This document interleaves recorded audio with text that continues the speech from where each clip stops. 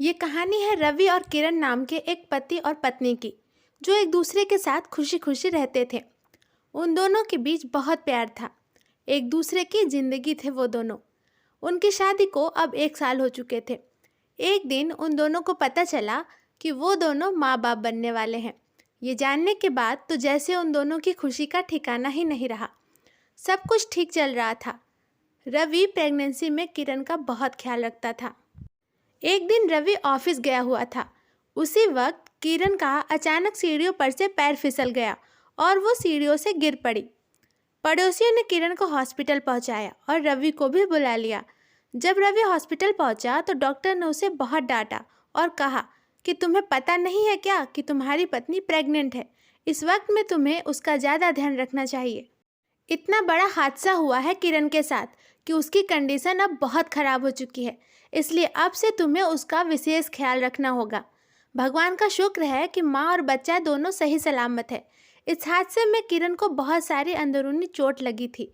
कुछ समय बाद किरण की डिलीवरी का वक्त आया तो रवि ने उसे हॉस्पिटल में एडमिट कराया, लेकिन डिलीवरी के दौरान बच्चे को जन्म देते वक्त किरण की मौत हो गई।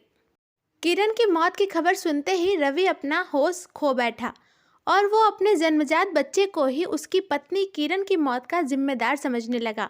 सबके लाख समझाने पर भी उसने अपनी बच्ची को हाथ तक नहीं लगाया और कहने लगा, ये बच्ची मनहूस है, इसकी वजह से मेरी किरण की मौत हुई है।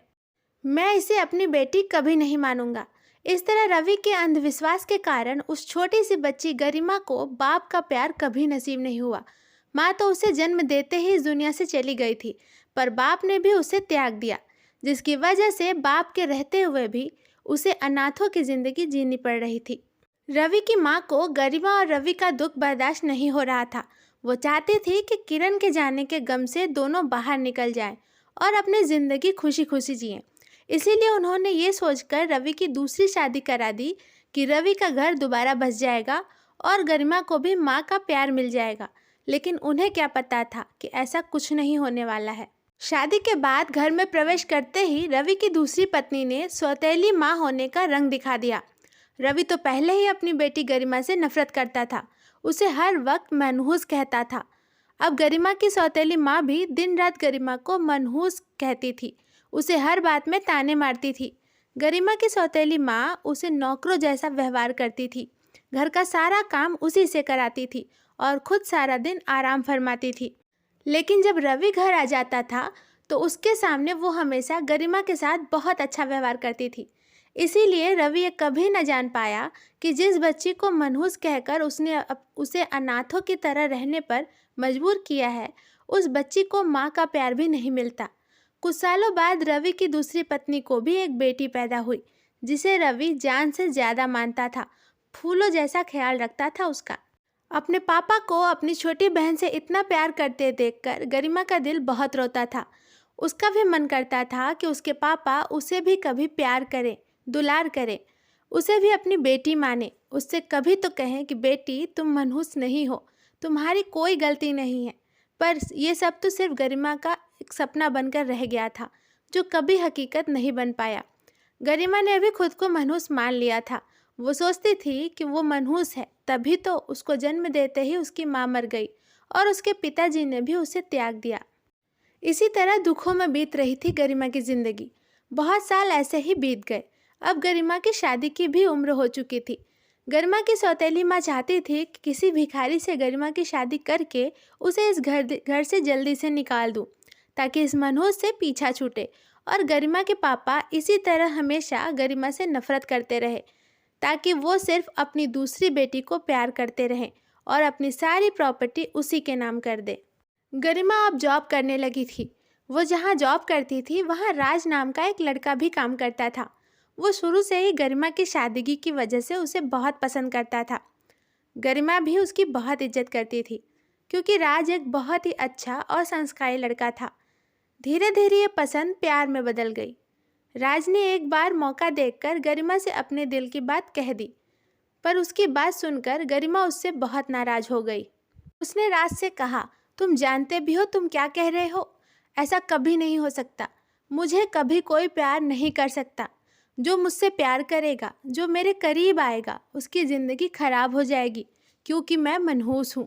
प्लीज़ मुझसे दूर रहो, अपनी ज़िंदगी बर्बाद मत करो। तुम बहुत अच्छे इंसान हो और तुम्हें बहुत अच्छी अच्छी लड़कियाँ मिल जाएंगी जो तुम्हारी ज़िंदगी खुशियों से भर देंगी। लेकिन अगर मैं तुम्हारी ज़िंदगी में आई तो तुम्हारी ज़िंदगी बर्बाद हो जाएगी।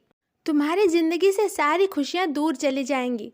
ये सब कहकर गरिमा खूब रोई और बार बार बस यही कहती रही कि मैं मनहूस हूँ। राज ने गरिमा को समझाया कि ये सब सिर्फ अंधविश्वास है, मैं इसे नहीं मानता। मैं अगर शादी करूँगा तो सिर्फ और सिर्फ तुमसे ही करूँगा। ये कहकर राज चला गया। कुछ दिन बाद राज गरिमा के घर आया, उसके पापा से उसका हाथ मांगने। राज ने गरिमा के पापा से कहा, अंकल, मैं गरिमा को पसंद करता हूँ और उससे शादी करना चाहता हूँ। राज ने गरिमा के पिता से कहा कि एक पिता को अपनी बेटी के लिए जैसा वर चाहिए होता है, मुझ में वो सारे गुण हैं। प्लीज़ अंकल, इस रिश्ते के लिए मान जाइए। राज की बातों का गरिमा के पिता पर बहुत गहरा प्रभाव पड़ा। वो इस रिश्ते के लिए मान गए, लेकिन अपने अंधविश्वास के चलते उन्होंने राज से कहा, देखो बेटा, तुम एक अच्छे इंसान लगते हो, इसीलिए मेरा फ़र्ज़ है कि मैं तुम्हें किसी अंधेरे में ना रखूं। तुम्हें शादी का फ़ैसला लेने से पहले गरिमा के बारे में सब कुछ पता होना चाहिए। उन्होंने कहा, राज, गरिमा एक मनहूस लड़की है। उसे जन्म देते ही मेरी पत्नी मर गई। तब से आज तक मैं उसे अपनी बेटी तक नहीं मानता हूँ। जिस तरह मेरी हंसती खेलती ज़िंदगी बर्बाद हो गई, मैं नहीं चाहता कि तुम्हारी ज़िंदगी भी बर्बाद हो जाए। इसीलिए एक बार और सोच लो।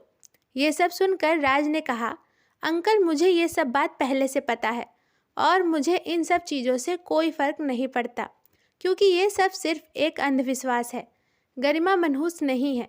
जो हुआ वो किस्मत की मर्जी थी, उसमें गरिमा का कोई दोष नहीं है। आप देखिएगा, मैं गरिमा के साथ शादी करके एक खुशहाल ज़िंदगी बिताऊंगा। अंकल, मैं भी आपसे एक रिक्वेस्ट करना चाहता हूँ कि आप गरिमा के साथ बचपन से जो व्यवहार कर रहे हैं वो बिल्कुल भी ठीक नहीं है। आप उसे ये सज़ा देना बंद करिए और उसे अपना लीजिए। गरिमा को भी अपने पिता का प्यार पाने का पूरा हक है। उसे उसका हक और उसके हिस्से की खुशियाँ दे दीजिए।